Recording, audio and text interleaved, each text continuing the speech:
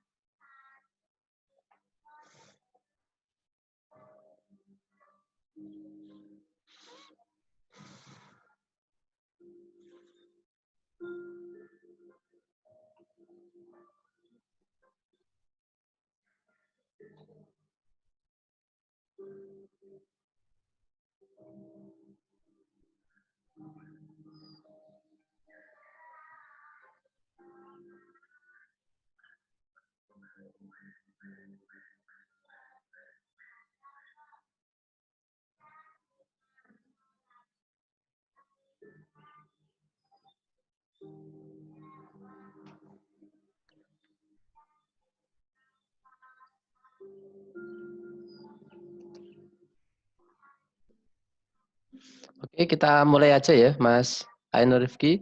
Nanti teman-temannya yang lain biar menyusul ya. Halo, Mas Ainur. Ya, kita mulai aja ya. Nanti biar menyusul aja teman-teman yang lain.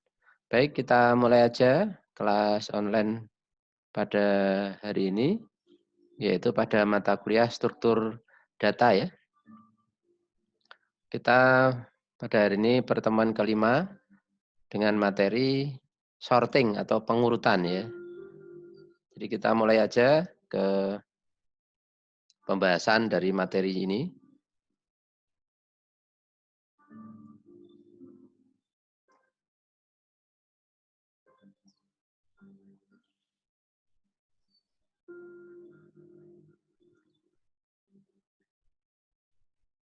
Sambil kita menunggu peserta yang lain. Sorting atau pengurutan data ya. Kalau kita lihat di Excel, pengurutan data di sana ada ascending, yaitu pengurutannya dari terkecil dan sampai dengan yang terbesar ya. Dan ada descending. Descending metode pengurutannya dari yang terbesar ke yang terkecil ya. Itu secara sederhananya pengurutan data atau sorting. Secara teori kita pelajari di struktur data ini bagaimana metode-metode algoritma-algoritma yang bisa dipakai untuk pengurutan data ini ya. Secara teori atau konsep ya, sorting atau pengurutan merupakan suatu proses ya untuk menyusun kembali himpunan objek menggunakan aturan tertentu ya. Sorting disebut juga sebagai suatu algoritma. Algoritma itu ya prosedur, tahap-tahap untuk menyelesaikan suatu masalah ya. Itu algoritma. Algoritma sorting disebut sebagai suatu algoritma untuk meletakkan kumpulan elemen data ke dalam urutan tertentu berdasarkan satu atau beberapa kunci dalam tiap-tiap elemennya.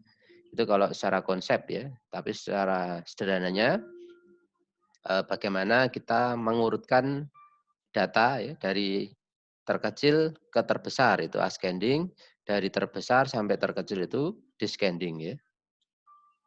Tujuan sorting ya. Tujuannya untuk apa? Kenapa ada eh, teknik pengurutan data ya, sorting ini?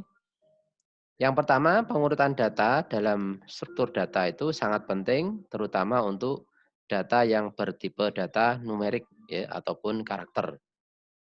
Pengurutan dapat dilakukan secara ascending, urut dari kecil ke besar atau urut naik, dan descending atau urut turun dari data terkecil menuju ke data yang terbesar. Dari terbesar menuju data terkecil ya, turun. Sorting atau pengurutan adalah proses pengurutan data yang sebelumnya disusun secara acak. Ya. Ini masuk Mas Marjuki ya. Saya admit Mas Marjuki ya masuk.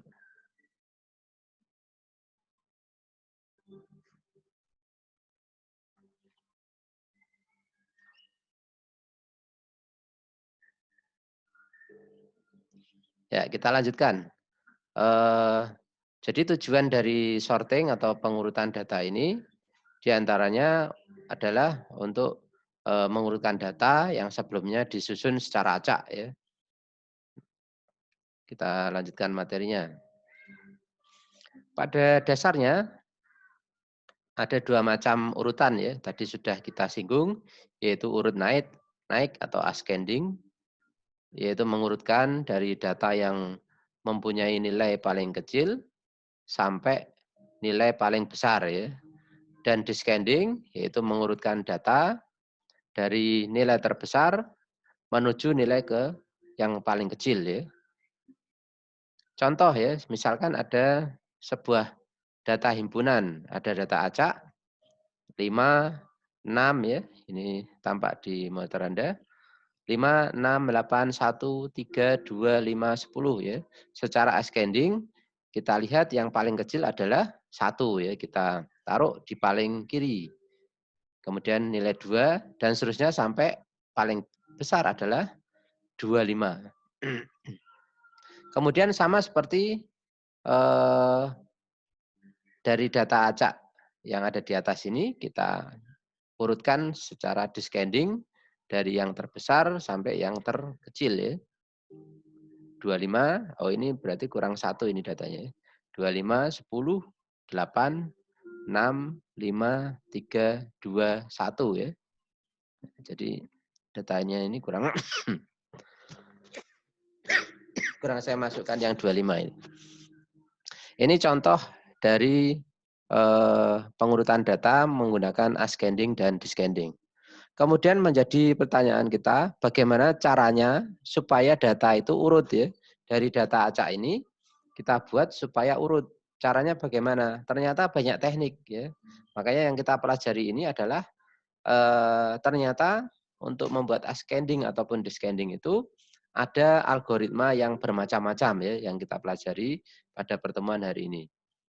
Kemudian keuntungan dari sorting atau pengurutan data yaitu yang pertama mempercepat pencarian data ya ketika kita melakukan query kepada data yang jumlahnya banyak ya. Data perusahaan itu kan banyak sekali itu. Bagaimana caranya supaya data itu urut ya, menggunakan metode apa ya nanti kita pelajari di pertemuan ini. Kemudian mudah menentukan data maksimum dan minimum ya dengan proses yang cepat ya. Algoritma apa nanti untuk teknik pengurutan data ini yang paling cepat ya ketika Anda membuat sebuah program Anda mau menggunakan sorting pakai algoritma apa ya kita pelajari algoritma apa yang ada pada metode-metode pengurutan data ini ya. Nah, ternyata ada beberapa metode pengurutan data, ada 5 ya. Di sini saya hanya batasi 5 ya. Nanti akan ada metode yang lain bisa Anda pelajari sendiri ya. Tapi ada 5 sorting ya, metode sorting. Yang pertama adalah insertion sort, yaitu metode penyisipan ya. Yang kedua selection sort atau metode seleksi. Yang ketiga bubble sort atau metode gelembung. Yang keempat, quick sort atau metode quick. Kemudian yang kelima, merge sort atau penggabungan ya. Nah, ini kita pelajari insertion sort itu ilustrasinya seperti apa. Ya, selection sort itu ilustrasinya seperti apa dan seterusnya. Kita mulai dari yang pertama dulu ya. Metode insertion sort ya. Nah, insertion sort adalah sebuah algoritma pengurutan yang membandingkan dua elemen data pertama yang kemudian diurutkan ya. Lalu mengecek elemen data berikutnya satu persatu dan membandingkannya dengan elemen data yang telah diurutkan ya. Insertion sort bertujuan untuk mengurutkan seluruh array atau matriks ya dari kiri ke kanan. Nah, ini tahap-tahapnya ya. Yang pertama, simpan nilai TI ke dalam variabel sementara dengan I sama dengan 1. Bandingkan nilainya dengan elemen sebelumnya. Jika elemen sebelumnya yaitu TI-1 lebih besar nilainya daripada nilai TI, maka ditumpuk ya, ditindih nilai TI dengan nilai TI-1 tersebut ya. Lakukan terus poin ketiga sampai TI-1 lebih kecil atau sama dengan TI. Jika TI-1 lebih kecil atau sama dengan TI terpenuhi, maka ditumpuk nilai di TI dengan variabel sementara yang disimpan sebelumnya ya. Masuk lagi Mbak Sri Mulyani. Kalau kita ilustrasikan ya, itu seperti tampak pada contoh berikut ya. Misalkan ada data acak 6, 5, 3, 1, 8, 7, 2, 4 ya. Kita bandingkan dulu data 6 dan 5 ya. Kemudian kita tindih kolom pertama nilai yang terkecil ya. Kemudian selanjutnya ya data selanjutnya ada 3. 3 ini kita bandingkan dengan data sebelumnya. Oh ternyata 3 lebih kecil. Kita tempatkan paling kiri. Seterusnya 1.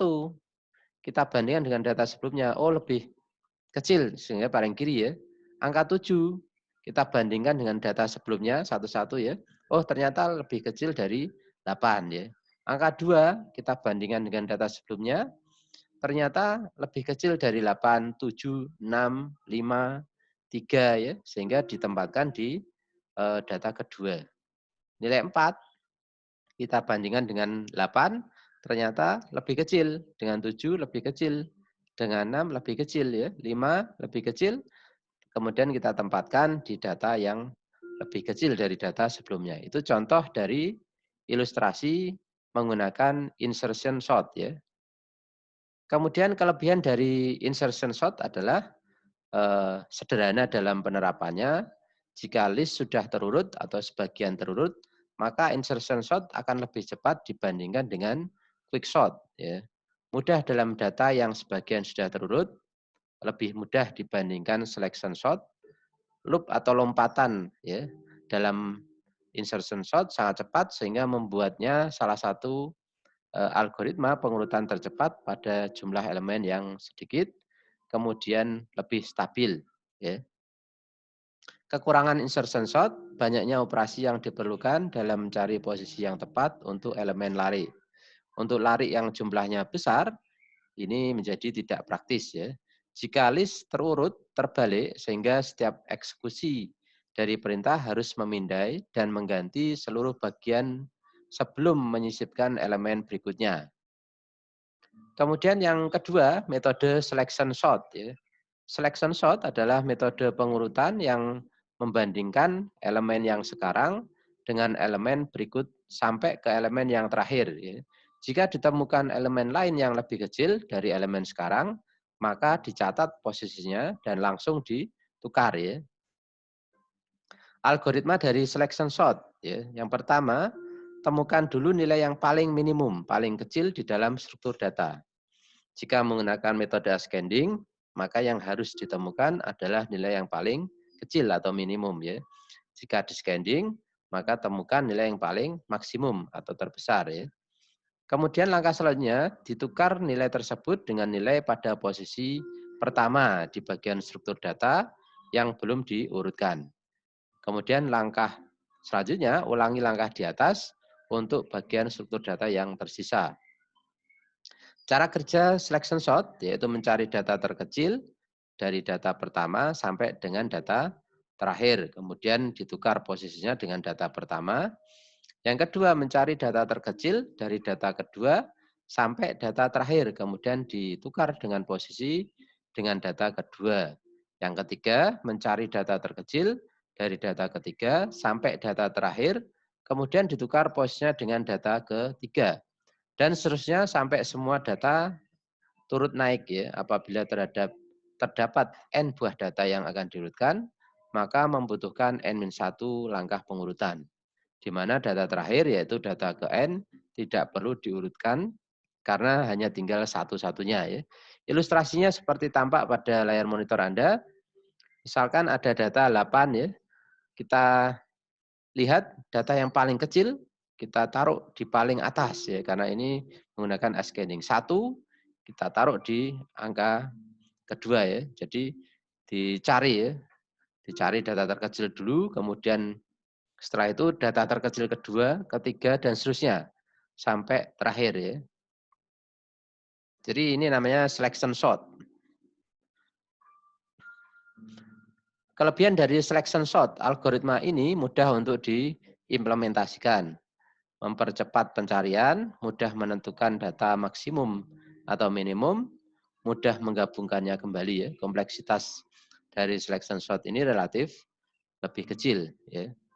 Kekurangannya membutuhkan metode tambahan, sulit untuk digabungkan kembali, perlu dihindari untuk penggunaan data lebih dari 1000 tabel, karena akan menyebabkan kompleksitas yang lebih tinggi dan kurang praktis ya. Kemudian metode yang ketiga, bubble sort atau metode gelembung ya. Metode ini dilakukan dengan cara membandingkan elemen yang sekarang dengan elemen yang sebelumnya. Jika elemen berikutnya lebih kecil, maka elemen tersebut ditukar ya. Algoritmanya atau urut-urutan langkahnya, yang pertama, algoritma bubble sort dapat diringkas. Yaitu jika N adalah panjang elemen struktur data, dengan elemen-elemennya adalah T1, T2, T3, Tn-1 sampai dengan Tn, maka lakukanlah transversal untuk membandingkan dua elemen berdekatan ya. Transversal ini dilakukan dari belakang ya. Jika elemen pada Tn-1 lebih besar dari T ke N, maka lakukan pertukaran. Jika tidak, lanjutkan ke proses transversal berikutnya sampai bertemu dengan bagian struktur data yang telah diurutkan. Ulangi langkah di atas untuk struktur data yang tersisa ya. Ini Mbak Sri Mulyani masuk ya. Prayogi Candy masuk. Ya, Mbak Sri Mulyani dan Mas Prayogi ya. Sudah masuk. Cara kerja bubble sort yaitu dengan berulang-ulang melakukan proses looping ya, perulangan terhadap elemen-elemen struktur data yang belum diurutkan ya. Di dalam proses transversal tersebut, nilai dari dua elemen struktur data dibandingkan. Jika ternyata urutannya tidak sesuai dengan pesanan, maka dilakukan pertukaran ya. Algoritma sorting ini disebut juga dengan comparison sort ya. Disebabkan karena hanya mengandalkan perbandingan nilai elemen untuk mengoperasionalkan elemennya. Ilustrasinya bisa kita lihat ya, metode bubble sort dibandingkan dua elemen ya. Ada 6 dan 5. Oh ternyata lebih kecil 5. 5 ditempatkan atau ditukar ya ke elemen yang paling kiri. Kemudian 6 dan 3. Oh lebih kecil 3. 3 ditempatkan paling kiri. 6 dan 1. Oh lebih kecil 1. 1 ditempatkan di sebelah kiri. 6 dan 8 lebih kecil 6. Tetap ya. 8 dan 7 lebih kecil 7. Ditukar ya. Nilai 7-nya ditukar. 8 dan 2 lebih kecil 2. 2-nya ditukar ke elemen sebelah kiri. Dan 8 dan 4 ditukar 4-nya ya ke elemen sebelah kirinya ya. Sehingga 8 adalah terbesar. Ulangi langkah lagi ya sampai nilainya urut ya.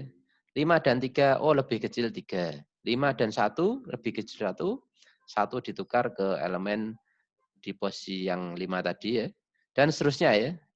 Sampai proses loopingnya itu selesai. Ya, sampai perulangannya ini selesai. Ini yang dinamakan metode bubble sort ya. 4 dan 7 lebih kecil 4 ya. Kemudian diulangi lagi 3 dan 1 oh lebih kecil 1. Jadi membandingkan dua elemen, kemudian elemen yang paling kecil ditempatkan yang paling kiri karena ascending ya. 6 dan 2 lebih kecil 2, 2 ditempatkan ke kiri. Ini metode bubble sort. Sampai dengan selesai ya perulangannya. 1 dan 3, oh tetap 1 ya. 3 dan 5, tetap 5 dan 2, lebih kecil 2, 2 ditukar posisi ya. 5 dan 4, lebih kecil 4, 4 tukar posisi.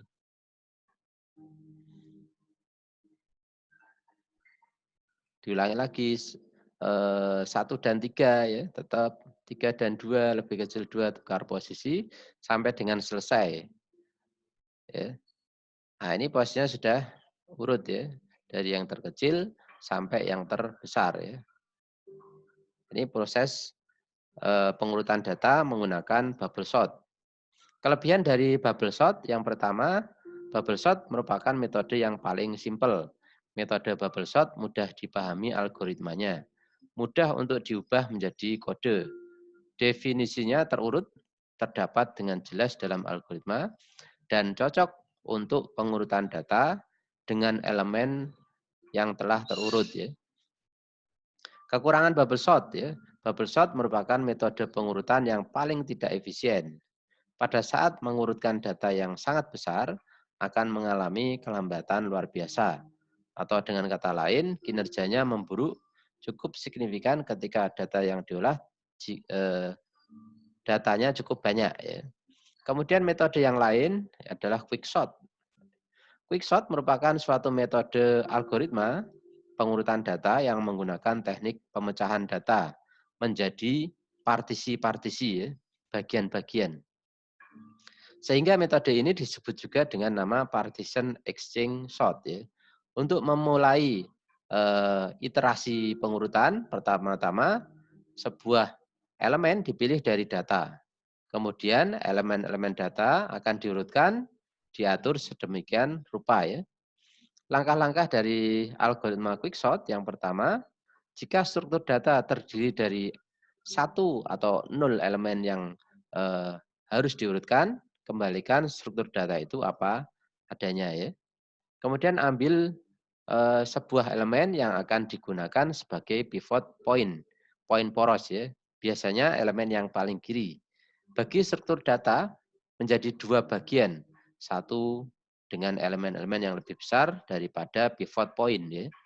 Dan yang lainnya dengan elemen-elemen yang lebih kecil daripada pivot point. Ulangi algoritma secara rekursif terhadap kedua paruh struktur data ya.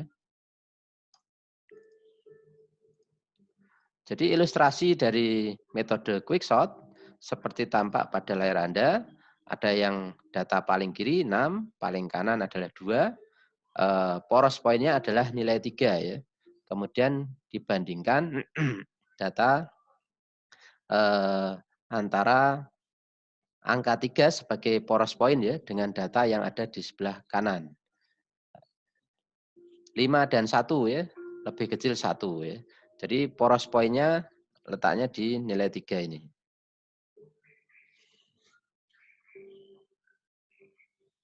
Satu dan 2 lebih kecil 1 ya, ditempatkan ditukar ya posisinya. Diulangi sampai dengan langkah selanjutnya sampai proses transversal ini selesai ya. 4 dibandingkan dengan poros poin 3 ya. Berarti kita bandingkan yang paling kiri dan kanan karena 1, 2, 3 sudah selesai ya. 6 dan 8 kita bandingkan, poros poinnya adalah 4 ya. Kita bandingkan 8 dan 5. Oh ternyata 5 lebih kecil ya. Kita taruh di sebelah kiri, 8 taruh sebelah kanan, ditukar. Poros poinnya menjadi 6. Kemudian 7 kita bandingkan dengan poros poin. Oh 6 di sebelah kiri karena lebih kecil ya. Nah, ini proses quick shot sudah selesai. Kemudian kelebihan dari quick shot, algoritmanya sederhana dan mudah diterapkan pada berbagai bahasa pemrograman dan arsitektur mesin ya, secara efisien. Dalam prakteknya adalah yang tercepat dari berbagai algoritma pengurutan yang kita bandingkan ya, misalkan merge sort, heap sort, dan metode yang lain. Melakukan proses langsung pada input dengan sedikit tambahan memori. Bekerja dengan baik pada berbagai jenis input data. Ya. Kekurangan dari quickshot, sedikit kesalahan dalam penulisan program, membuatnya bekerja tidak beraturan, secara umum bersifat tidak stabil, yaitu mengubah urutan input dalam hasil akhirnya ya. Pada penerapan secara rekursif, memanggil dirinya sendiri, bila terjadi kasus terburuk, dapat menghabiskan stack ya, dan memacetkan program.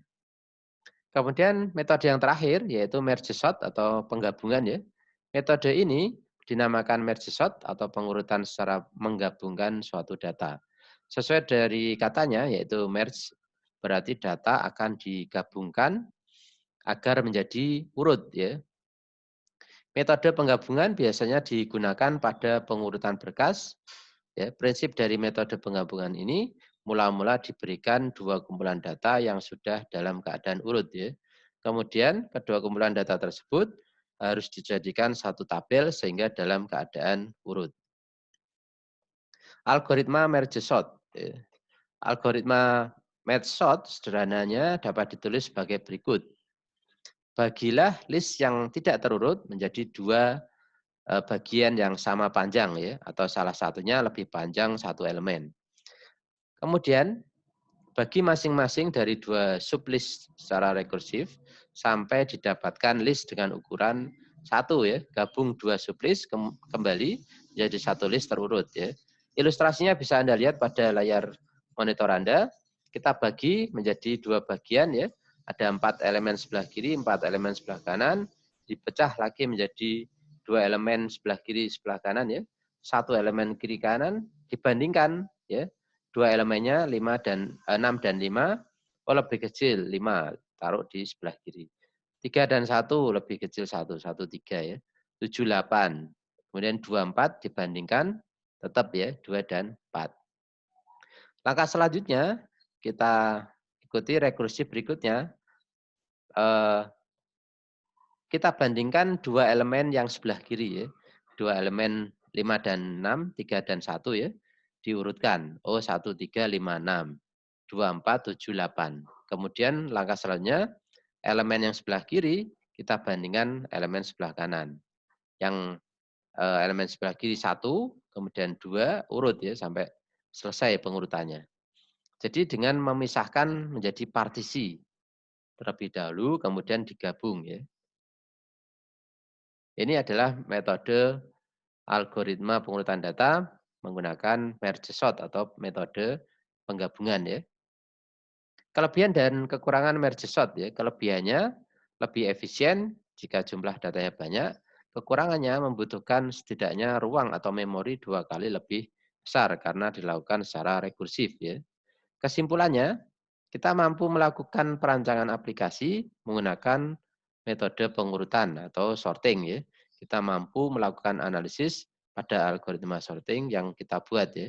Kita juga mampu implementasikan algoritma sorting pada sebuah aplikasi secara tepat dan efisien ya.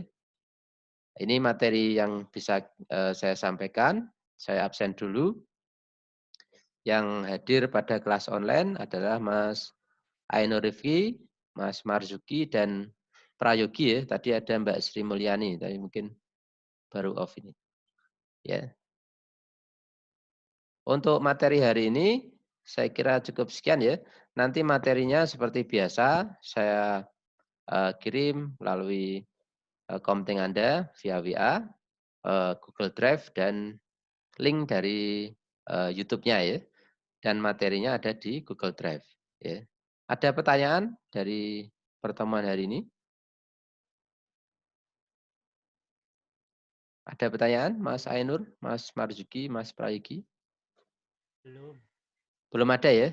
Kalau belum ada, nanti saya share link YouTube-nya, silahkan absen. Kemudian saya kirim juga melalui Google Drive materi dari pertemuan hari ini ya. Saya kira untuk hari ini saya cukupkan sekian ya. Selamat pagi semuanya. Assalamualaikum warahmatullahi wabarakatuh.